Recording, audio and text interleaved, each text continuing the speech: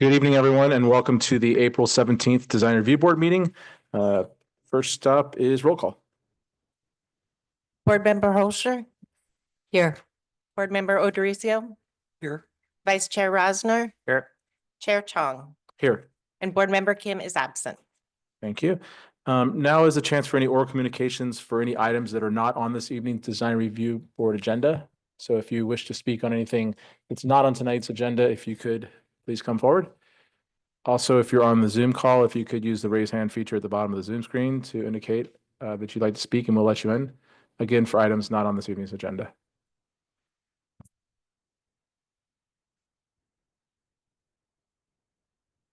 Chair Chong, there are no public comments from the Zoom audience. All right, thank you. And now we go to staff briefing. Yes, good evening, Chair and members of the Design Review Board. I don't have a great deal tonight to report, but I do want to bring to the attention that public hearing number 5, we're requesting that you, when you approve the agenda, continue that item. The applicant could not be present tonight and therefore could not provide us with a presentation or answer any questions. So we'd like to continue that to the May 15th meeting. On May 1st, excuse me, May 1st meeting. First. What do you mean? We have no meeting in May? You guys are canceling all my meetings. Well, it frees up my evenings, but I still have a lot of work to do. So we are going to continue that till June 5th. June 5th? Yeah. All right. Excellent. Thank you. And that's for page 542 Mercury? That's correct. Thank you. All right, now. That's all I have for tonight. All right, thank you. And now adoption of the minutes from the April 3rd Design Review Board meeting. Is there any comments on those minutes other than the one I have, which is that it appears there's a typo in the first paragraph, call to order. It states March 3rd. It should state April 3rd. So that would be the only correction I have. Anybody else have anything? Nope. In that case, could we get a motion to approve the minutes with the noted change? I'll make the motion. I'd like to go ahead. Motion to approve the minutes with the change with the date from March 3rd to April 3rd. Thank you. A second. I second. And all those in favor? Aye. Aye. All right. And with that, we adopt the minutes from April 3rd and move to public hearings. First item on this evening agenda is PH1 2360 Paradise Drive. The way that our format works. I think Board Member Holscher needs Yes, to. Chairman Chong, I need to recuse myself due to my proximity. I will be back afterwards. All right. Thank you. We'll wait till you leave. And while you're departing, we'll just go ahead and explain the format that we'll use for all of our public hearings this evening. The applicant has 20 minutes to present their application, at which point we might have some questions, but we'll definitely open it up to the public. Each member of the public has up to 3 minutes to make any comments, and then the applicant will be provided an additional 5 minutes at the end to address any of the concerns that was raised by the public. And with that, we are ready for 2360 Paradise Drive.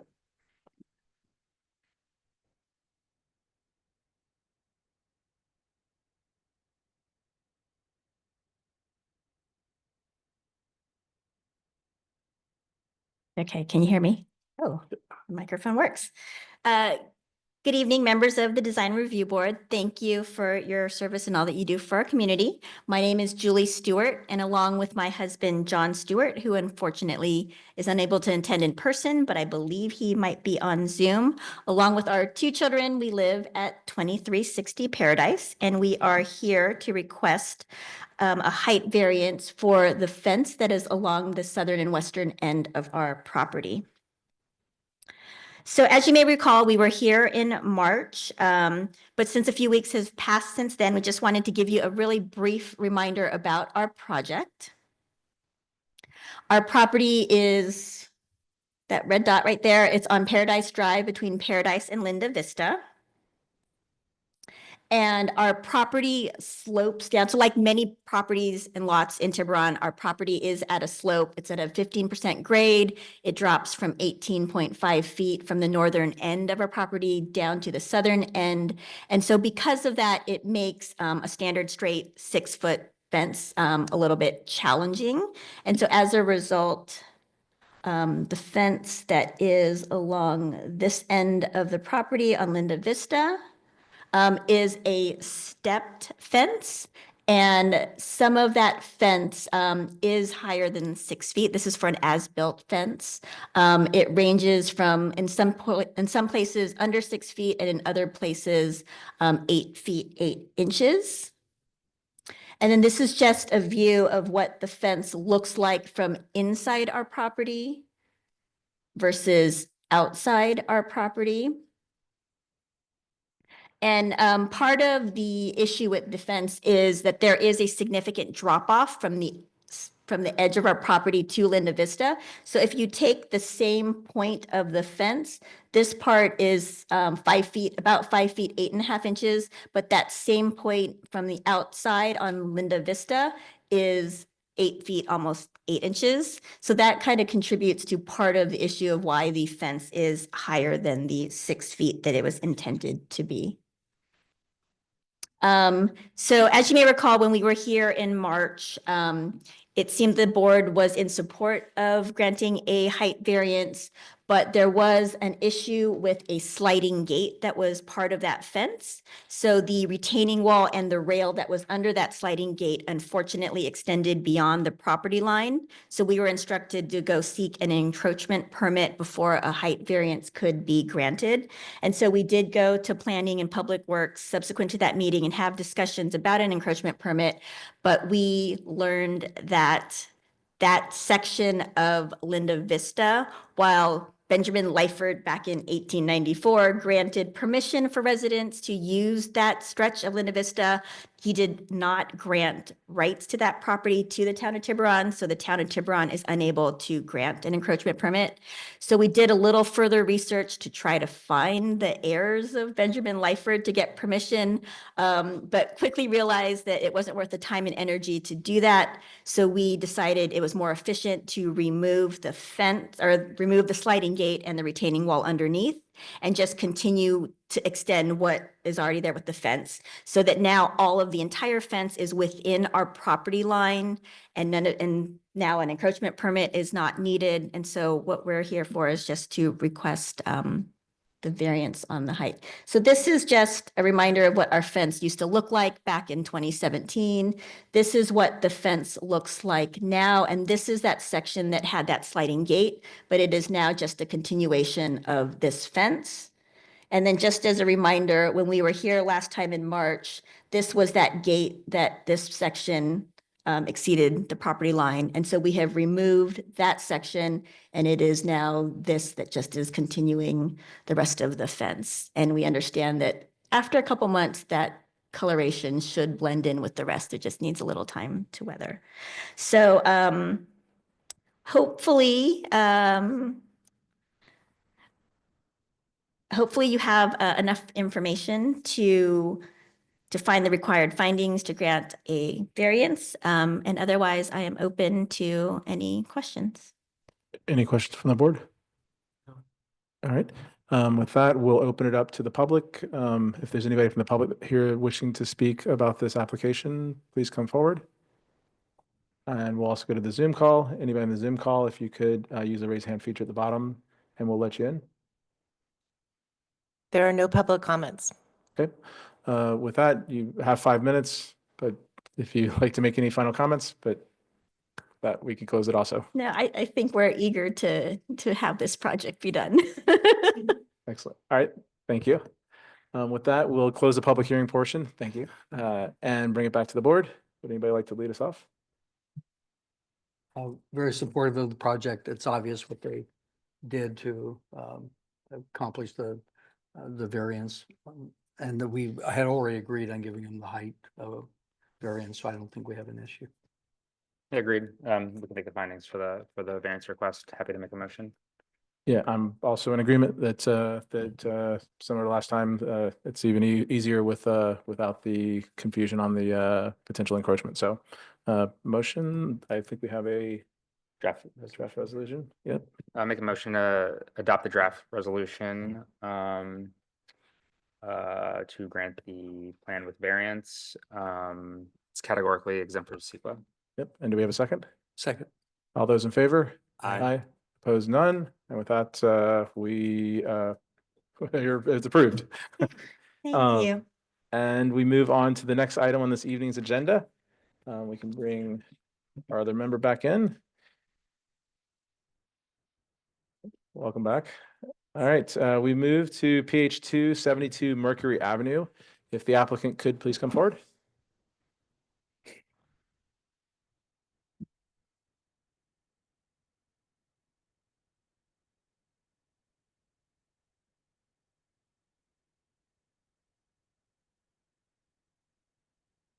Do you have, I think I was just going to present the application. You have it? Okay, great. Wait, towards, yeah, thank you. Want to use the pointer, it's this red button right there. Right Okay, above it, and got it. that one advances. Okay, great, perfect, thank you. All right, good evening, appreciate your time and attention on this. I'm Chris Sukor, owner of 72 Mercury. I live there with my wife and our son and our dog. We did a full renovation of our house about a year ago, and in doing so, we converted the garage into living space. As a result, we are missing some space to keep additional items in our house. This is, ski clothes, luggage, bicycles, things like that. And so the proposal that we are requesting a variance for is a approximately 96-foot shed in our backyard.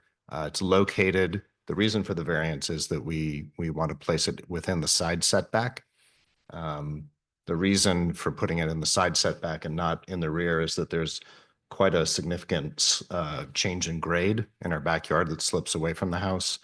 There are also several trees in the rear setback that we would, in addition to grading, we would need to remove several, kind of old growth trees if we were to place the shed back there. Let's see if I have if I can advance with the picture. Well, it's a picture of it. There are photos. Here we go. So this is the west elevation. So this would be facing the front of the shed. And then here you can see in the north elevation, our backyard kind of slopes down, and then there's several, all of these trees back here would effectively need to be removed if we were to put it back there. It would also then block the sight line from our bedroom and from our living room sort of out into the neighborhood, sort of blocking the skyline.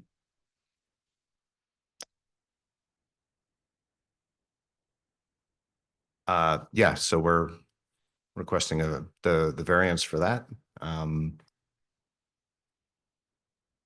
I'll add that when we moved to the neighborhood, we rented a home that did have a shed in the backyard that also had its garage converted to living space, and the shed was a fantastic place to keep things that you don't need to get every day.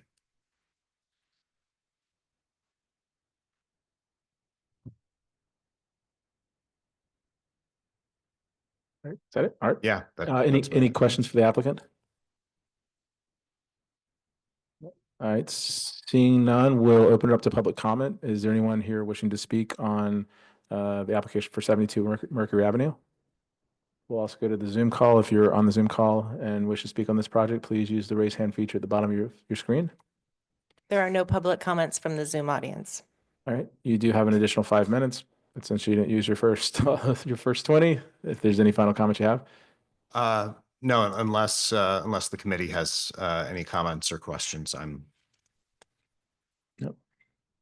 Any questions? All right, so with that, we'll thank you. We'll close it to the public and bring it back to the board. Would anybody like to lead us off on this one? All right, I'll pick somebody, Jim. I think the footprint of where it is seemed to be very benign. I don't think it interfered with anything that I could identify on the properties or surrounding area. And I don't think I have any reason not to allow for the variance. Okay.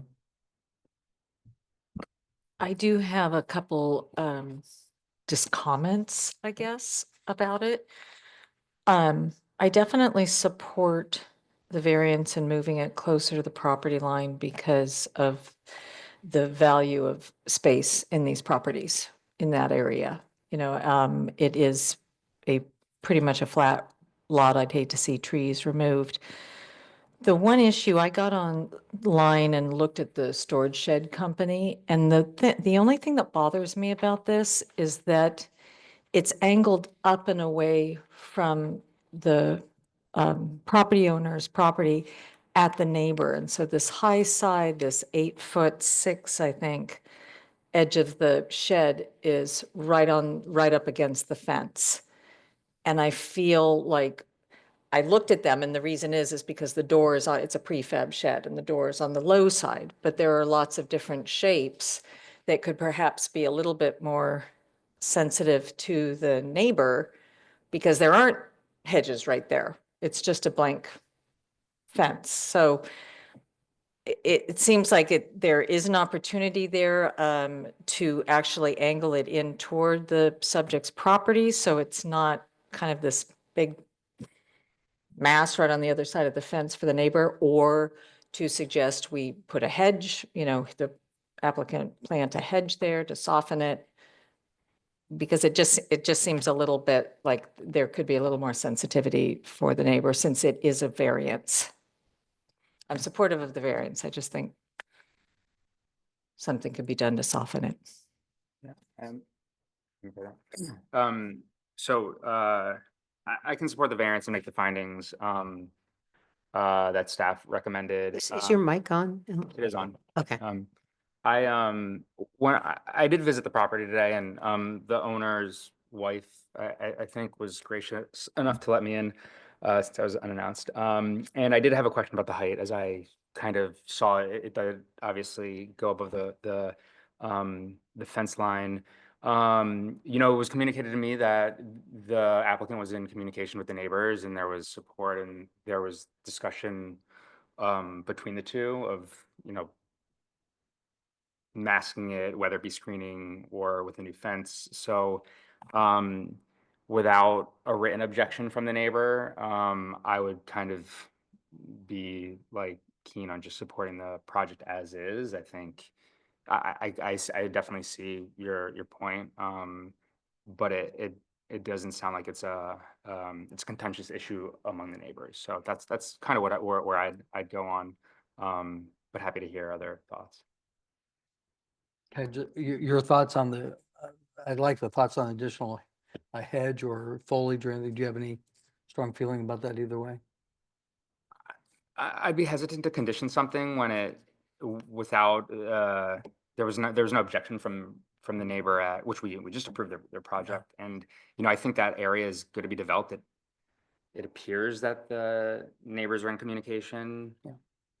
I guess we can't ask the applicant at the moment, but it was communicated to me, and we haven't seen anything else. So I would hesitate to add a condition. That's my feeling. Yeah, I think I'm kind of in the same, supportive of the variance. You know, I think flipping it around and having the high side in toward the yard doesn't seem like it necessarily makes sense. It's not, what was the high side was 8, you said 8. We've had 8.5. Right, which, you know, is not, you know, you start hanging bicycles up or something. It's not like a overly, you know, tall structure. So it is going to stick up a little bit. But I would just say that, you know, I think something, again, I wouldn't want to condition it, but I think just some type of screening or something like that could be solved between the neighbors, I think would probably be where I would come down on. I think that would be helpful. Yeah. Just kind of good neighbor. Encourage it is To the fact that, you know, and, seal the wall. and I'm also Yeah. just taking into consideration the fact that the neighbor didn't seem like they write a letter, they didn't come tonight to, you know, to have an issue with the design kind of as proposed. So, yeah, sounds like maybe we're all in the same place. All right. So, with that, looking for a motion, we do have a draft resolution. Motion to adopt the draft resolution. Anyone?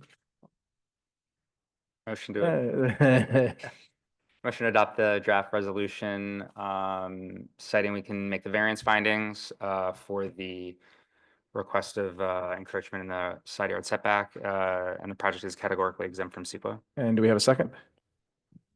Second. And all those in favor? Aye. All right, and with that, thank you. We Thank you. move on to the next item on this evening's agenda, PH 318 Tanfield Road. If the applicant could come forward, there we go. Thank you so much for your time. I'm Elizabeth Mitchell, architect for 18 Tanfield. And it's a modest variance that we're requesting for a 32-foot section of a fence that is not there. And it exceeds the 6-foot height in some sections. The minimal is 6, but because of the topography, it drops off. And it's in excess of the 6 feet. There's also a little gate that they're adding that the overall height is 8.2 at the top of the little trellis area. Oops. There.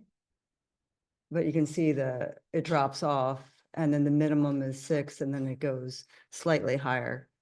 I have canvassed the area and measured neighbors and everybody is sort of, respectfully over the 6-foot height, which is fine. And we do also have letters from 1 and 10 Tanfield in support of this. And that really is it, unless there's any questions. Are there any questions? Nope.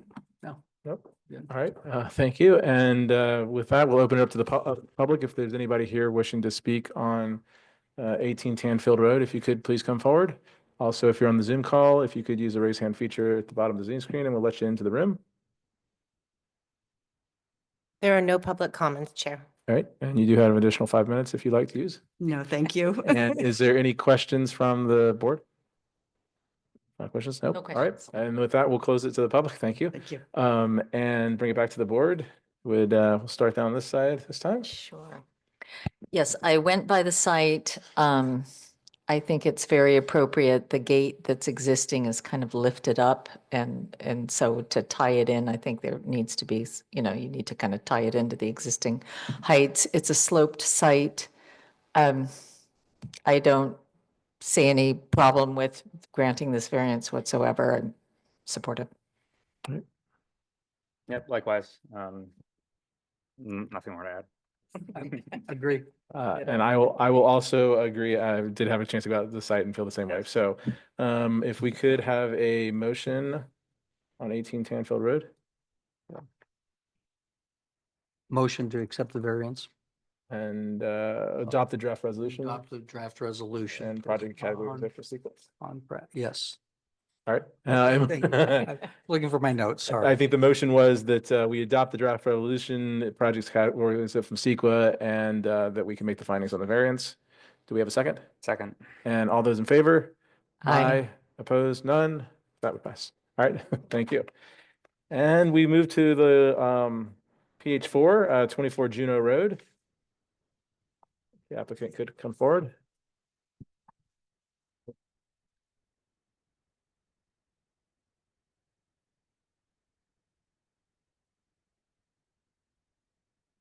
Hi, my name is Emily Brown and I'm the designer of the proposed project at 24 Juneau Road.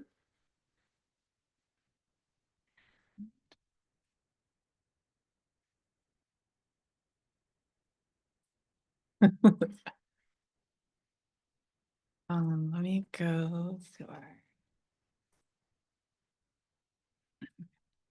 We're proposing to convert the existing 406 square foot garage and add 728 square feet to the front of this home, transforming the current 2-bedroom, 1-bath into a 4-bedroom, 3-bath residence.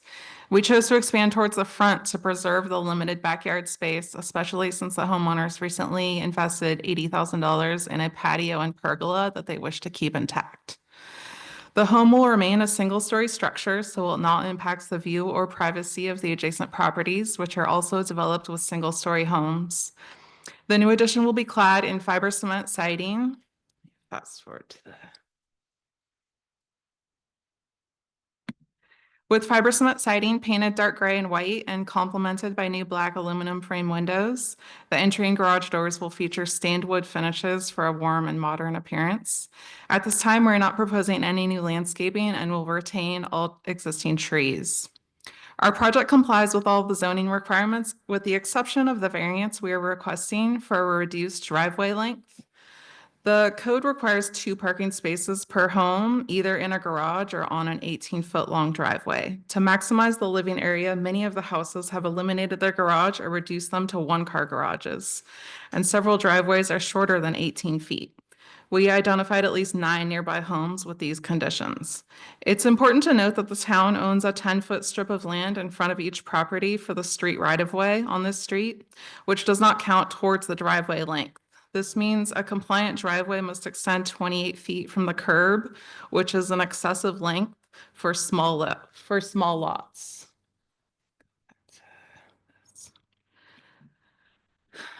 Our proposed driveway length is 24'7" from the front of the addition to the curb, which still provides enough space for 2 vehicles parked side by side.